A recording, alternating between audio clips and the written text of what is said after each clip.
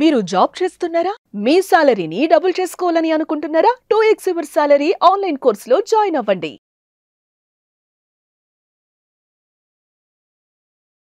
నమస్కారం డాక్టర్ శ్రీ ఆచార్య అనంతకృష్ణ స్వామి గారు. నమస్కారం అండి. 2025లో క్లాసెస్ ఎప్పుడెప్పుడు ఎక్కడెక్కడ ఉండే అవకాశం ఉంటుందని చెప్పేసి చాలామంది అడుగుతున్నారు. ఈవెన్ సమ్మర్ కూడా వచ్చేస్తుంది కాబట్టి మహాశివరాత్రి తర్వాత ప్రశాంతంగా పిల్లలతో కలిసి అటెండ్ అవ్వాలి అనుకునేటువంటి వాళ్ళు కూడా చాలామంది ఉన్నారు. క్లాసెస్ ఎప్పుడెప్పుడు ఎక్కడెక్కడ ఉండే అవకాశం ఉంది? మనకి 2025 అండి. దీంట్లో మనకి 2nd మార్చ్ వచ్చేసి విజయవాడలో ఉంటుంది. అలాగే 8th మార్చ్ వచ్చేసి అనంతపురంలో ఉంటుందండి. 23 మార్చ్ వచ్చేసి విశాఖపట్నంలో ఉంటుంది. 30 మార్చ్ వచ్చేసి తిరుపతిలో ఉంటుంది. అలాగే మనకి స్పెషల్ క్లాస్ వచ్చి హైదరాబాద్లో ఉంటుందండి. 6వ తారీఖు ఏప్రిల్. స్పెషల్ క్లాస్ గురించి కూడా మనం చాలాసార్లు మాట్లాడుకున్నాం. ఎందుకంటే హెవీ రష్గా ఉంటుంది కాబట్టి 3-4 నెలలకు ఒకసారి పెడతాం కాబట్టి తొందరగా ఎన్రోల్ చేసుకోవాలి. స్పెషల్ క్లాస్ ఖచ్చితంగా స్పెషల్గానే ఉంటుంది. ఖచ్చితంగా మీరు అటెండ్ చేసే ప్రయత్నం చేయండి. ఓకే. అలాగే 13th ఏప్రిల్ వచ్చి మనకి రాజమండ్రిలో ఉంటుందండి. వీలైనంత తొందరగా ఎన్రోల్ చేసుకోండి. ఎందుకంటే క్లాసులు అనేవి చాలా రష్గా ఉన్నాయి కాబట్టి ముందు సీట్లో మీరు ఉండే ప్రయత్నం చేయండి. 708 మనీ మంత్ర వీడియో. సో ప్రీవియస్ వీడియోలో మీరు చెప్పినట్టు టైం స్పేస్ కంప్రెసర్ అంటే మన సబ్జెక్ట్లో సైన్స్ ఎలా ప్యారలల్ లైన్లో ఫ్లో అవుతుంది అని చెప్పేసి చెప్పడానికి ద బెస్ట్ ఎగ్జాంపుల్ అదే ప్రీవియస్ వీడియో కూడా. Thank you so much. ఎందుకంటే క్లాస్లో కూడా ఎక్కువ మంది అదే ఎక్స్పెక్ట్ చేస్తుంటారంటే సైన్స్తో కూడుకున్నటువంటిదే. అంటే మనం వెళ్ళే కొద్దీ జనరేషన్ మారే కొద్దీ మన వీడియోస్ పెరిగే కొద్దీ ఆడియన్ మారే కొద్దీ కూడా కొత్త వాళ్ళు కూడా సైన్స్తో కూడుకున్నటువంటి ఆధ్యాత్మికం ఒకటే కాదు అన్నీ ఉండేలాగా చూసుకుంటున్నారు.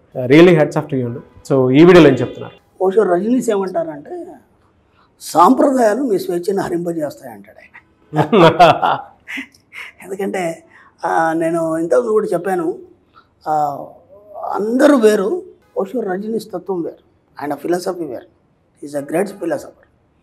ఇప్పుడు జిడి కృష్ణమూర్తి ఉన్నాడు, ఆయన ఫిలాసఫీ వేరు. ఇవి 2 ఫిలాసఫీని మనం బేర్ చేసుకున్నప్పుడు ప్రపంచంలో ఏ ఫిలాసఫీని తీసుకున్నా సరే ఈ జిడి కృష్ణమూర్తి కానీ లేదంటే ఓషోని మనం కంపేర్ చేసుకున్నప్పుడు ఏమవుతుందంటే ఇవి 2 దగ్గరగా ఉన్నట్టుగా మనకు అనుభవానికి వస్తాయి. మనకి ఇంకా విచిత్రం ఏంటంటే ఈ 2 భావాలు ఏవైతున్నాయో కంప్లీట్గా అందరికి వ్యతిరేకంగా ఉంటాయి, అందరి ఆలోచన విధానానికి వ్యతిరేకంగా ఉంటాయి.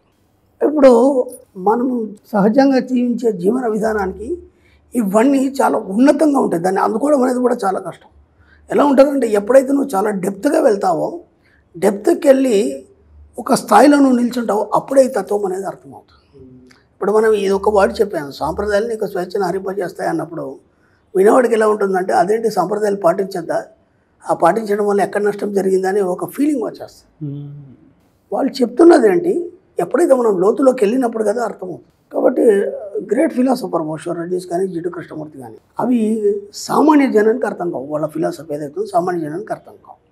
ఒక డెప్త్ నాలెడ్జ్ వెళ్ళి ఈ ఫిలాసఫీలో కానీ లేకపోతే తనకు తాను జీవన విధానంలో చాలా డెప్త్గా వెళ్ళి ఒక స్థిరత్వానికి వచ్చిన మనసుకు మాత్రమే ఇవి అర్థమవుతాయి. ఒక స్థిరత్వానికి వచ్చిన మనసు మాత్రం అర్థమవుతాయి. చాలా రకాలుగా చాలా చెప్పారు ఓషో రజనీస్.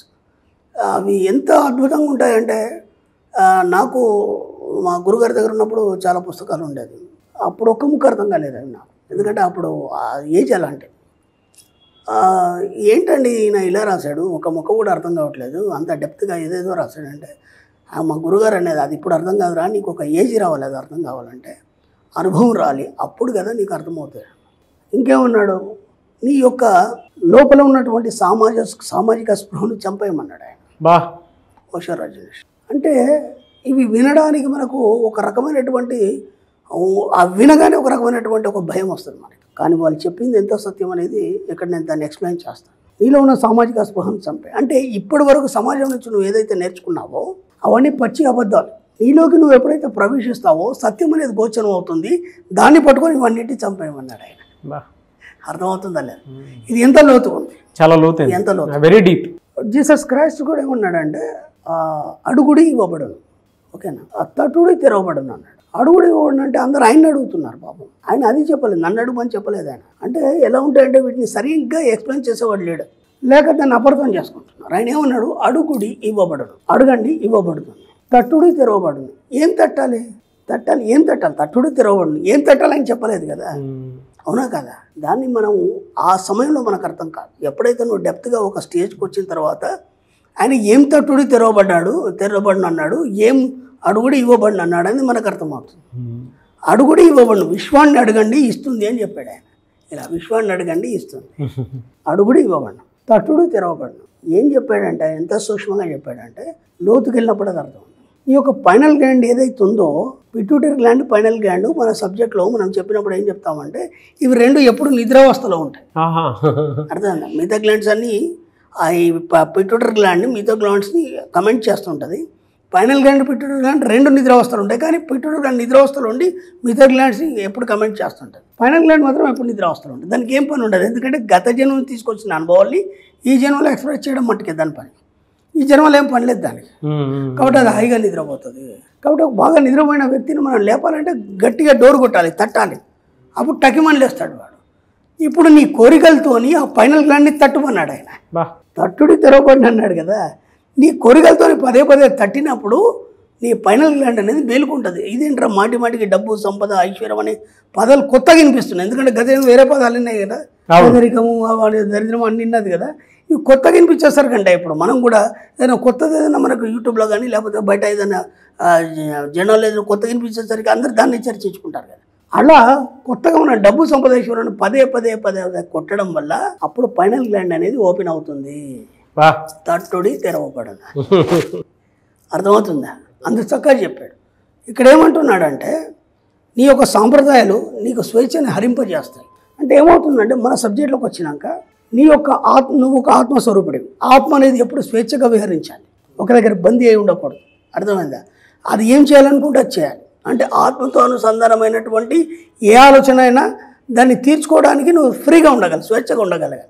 ఇప్పుడు ఈ సాంప్రదాయాలు ఏం చేస్తాయంటే నీకు కట్టడి చేస్తాయి. ఎందుకంటే నువ్వు ఇలాగే ఉండాలి, నువ్వు ఇలాగే చేయాలి అన్నప్పుడు ఏమైపోతుందంటే నీ సబ్కాన్షియస్ మైండ్ అనేది కుంచుకుపోయి అక్కడ బందీ అయిపోతుంది. కాబట్టి నీ జీవితంలో నువ్వేమి సాధించలేవు. దానికోసం నువ్వేం చేయాలంటే సాంప్రదాయాలు పక్కన పెట్టమని కాదు, అవి నీ స్వేచ్ఛను హరింపజేస్తాయి. కాబట్టి దానికి భిన్నంగా నువ్వు ఏదైనా ఆలోచించి నువ్వు స్వేచ్ఛగా వీలైనంతగా నువ్వు విహరించాలని చెప్పేసి సబ్జెక్టు చెప్తుంది. అది ఓషో రజనీష్ చెప్పేది.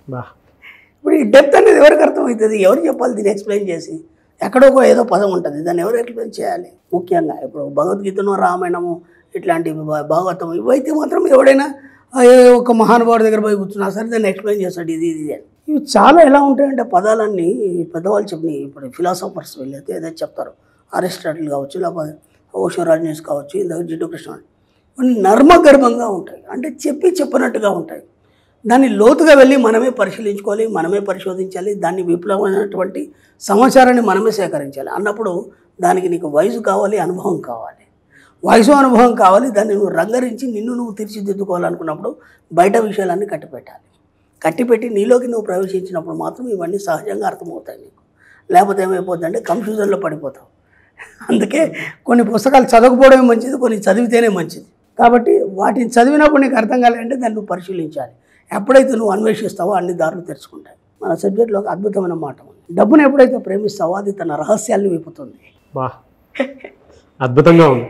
ఎస్, డబ్బుని ఎప్పుడైతే నువ్వు ప్రేమిస్తావో, ధ్యానిస్తావో అది తన రహస్యాన్ని విప్పుతుంది. అప్పటిదాకా నీ గురించి దాన్ని ఎలా ప్రేమించాలి చెప్తుంది అనమాట. దాన్ని ప్రేమించినప్పుడు నన్ను ఇలా ఎత్తుకో, పసిపాప ఉంది, ఇలా ఎత్తుకుంటే హాయిగా నవ్వుకుంటూ ఉంటుంది. ఇంకో రకంగా ఎత్తుకుంటే ఏడుస్తుంది. నీకేం చెప్తుంది ఆ పాప? నన్ను ఇలా ఎత్తుకొని చెప్తుంది. అలా డబ్బును ఎప్పుడైతే ప్రేమిస్తావో దాని రహస్యాలు చెప్తుంది. నేను ఎలా నీ దగ్గరకు వస్తాను, నీతో ఎలా మాట్లాడతాను, నీతో ఎలా ఉంటాను, నీకు ఎన్ని సేవలు చేస్తాను, నీకు ఎంత ఆనందాన్ని ఇస్తాను, ఇవన్నీ. కాబట్టి ఒక్కొక్క చిన్న చిన్న పదాలు ఎంత కదిలిస్తాయంటే ఎప్పుడైతే మన డెప్త్కి వెళ్ళి దాన్ని లోతుల్లోకి వెళ్ళినప్పుడు ఆలోచించినప్పుడు దీంట్లో ఇంత మీనింగ్ ఉందా అనేది మనకు అర్థమవుతుంది. కాబట్టి గొప్పలు తొందరగా అర్థం కారు మనకి. Hats off Osho. Fantastic and thank you so much doctor Shri Acharya Anantakrishna Swami గారు. Thank you. సుమన్ టీవీలో మీ పర్సనల్ అండ్ బిజినెస్ ప్రమోషన్స్ కోసం కింది నెంబర్కి కాంటాక్ట్ చేయండి.